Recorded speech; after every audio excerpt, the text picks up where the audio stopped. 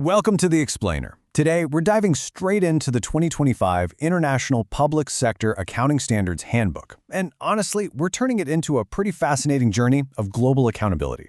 I know, 2025 International Public Sector Accounting Standards Handbook sounds incredibly dry. It sounds like the exact kind of document you'd use to prop up a wobbly desk. But stick with me here, because underneath that dense, super technical exterior is actually a brilliant, logical engine of transparency that literally keeps global governments in check. Think about it for a second. If governments aren't driven by profit margins, how on earth do we hold them financially accountable? If a private tech company makes a terrible product, well, nobody buys it. The company bleeds money, and eventually, they go bust. The market just corrects itself. But governments, their primary goal is service delivery, not generating financial returns for investors. If a city mismanages a public hospital, people still have to go there. The stakes are profoundly different. So, we clearly need a totally different way to measure success, sustainability, and ultimately, trust. We're going to unpack this step by step.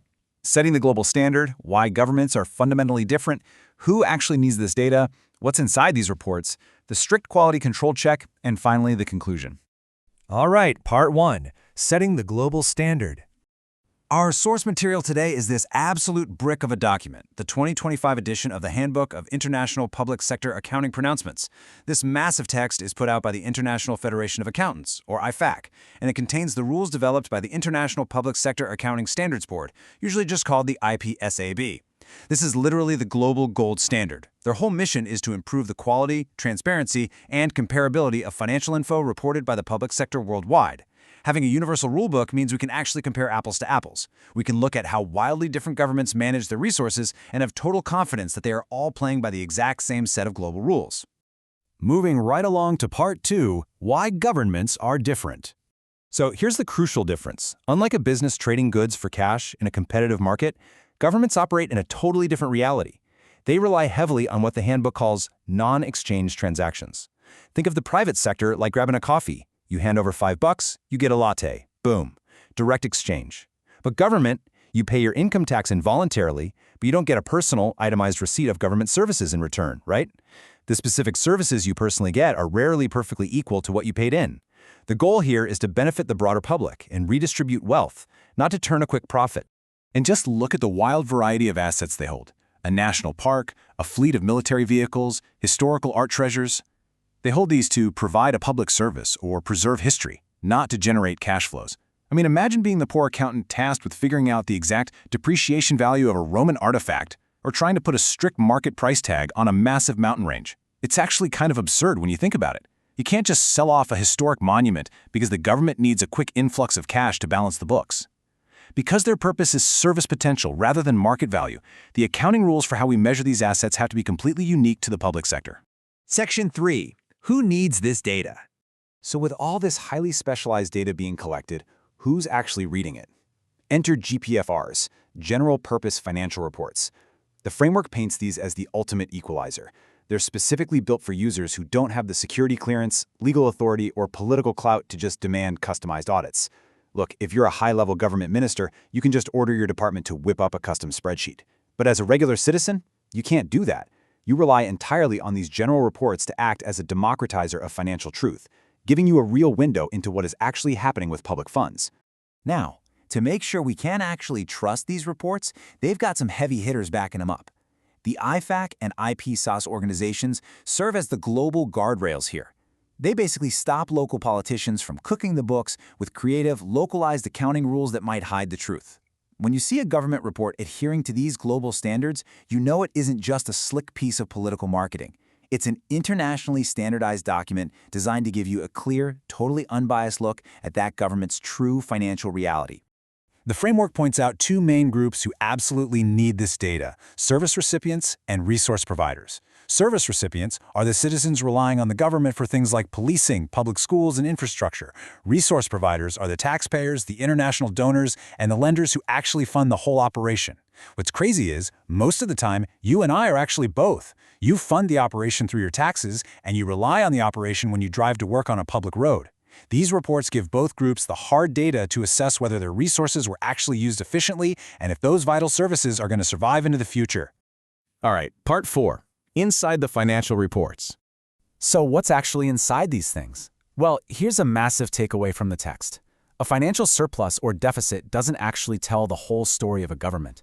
Think about a local mayor bragging on TV about saving millions and running a massive surplus. Looks amazing on a spreadsheet, right? But if they got that surplus by firing all the snowplow drivers and letting the fire trucks break down, they haven't succeeded at all. They've totally failed their primary service objectives. You have to evaluate the financial numbers right alongside the actual volume, quality, and frequency of services delivered to the public. The numbers only mean something when they're directly tied to physical outcomes for the community. When we look at these core categories, we get a 360-degree view of every taxpayer dollar. Financial position is basic, what the government owns versus what it owes. But budget compliance, that's a huge one. In business, blowing a budget is just bad management. In government, blowing a budget is often literally breaking the law, because those budgets are legally binding mandates set by the legislature. Perspective Info looks ahead to see if current programs are actually sustainable or if they're speeding toward a financial cliff. And Cash Flows shows exactly how cash was raised, borrowed, and spent. It is a complete life cycle of public money. Which brings us to Part 5, the quality control check. Okay, but how do we know they aren't just using clever accounting tricks?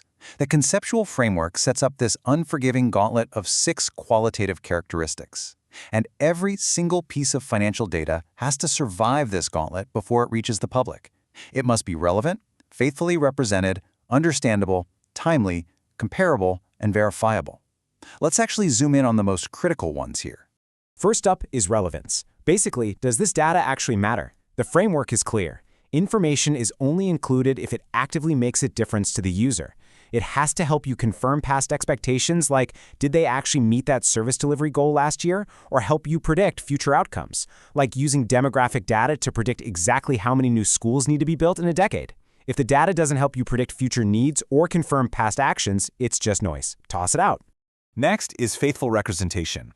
This means the data has to reflect actual economic reality, not just some legal loophole. It has to be complete. And it has to be brutally neutral. No rose-colored glasses. If a critical public bridge is literally falling apart, the report has to reflect that liability with absolute prudence, no matter how much that uncomfortable truth might hurt a politician's re-election campaign. Prudence means using extreme caution with uncertainty, so assets are never artificially inflated and liabilities are never conveniently swept under the rug. But let's be real, there are constraints. The standard setters fully acknowledge 2 pervasive ones: materiality and cost-benefit. Tracking every single $2 paperclip a government buys would technically be perfectly accurate, but the auditor fees to verify that would be astronomical. The framework ensures that the cost of gathering data is never higher than the actual value it provides to the public. It has to focus only on what is genuinely material, meaning it's large enough to actually influence a citizen's assessment of how the government is doing. And finally, Part 6, the conclusion. Let's wrap this explainer up. Why does all this meticulous accounting actually matter in the real world? Well, unlike a tech startup that might exist for a decade, nation-states stick around for centuries. The framework points out that the financial commitments made today will dramatically shape the tax burdens inherited by our kids and grandkids. A massive debt taken on today for some short-term project is a tax burden placed directly on the next generation of involuntary resource providers. It's a hilariously clinical way to describe taxpayers who have absolutely zero choice in the matter, but it perfectly highlights the immense gravity of these long-term choices. So, it leaves us with this massive question. The next time you glance at your local or national government's financials, don't just look at today's bottom line. Look through the lens of this IPSAS framework. Are you seeing a sustainable operational capacity that's going to protect your community for decades? Or are you just looking at a looming deficit being quietly passed on to the next generation? Thanks for joining me on this explainer, and definitely keep asking those hard questions.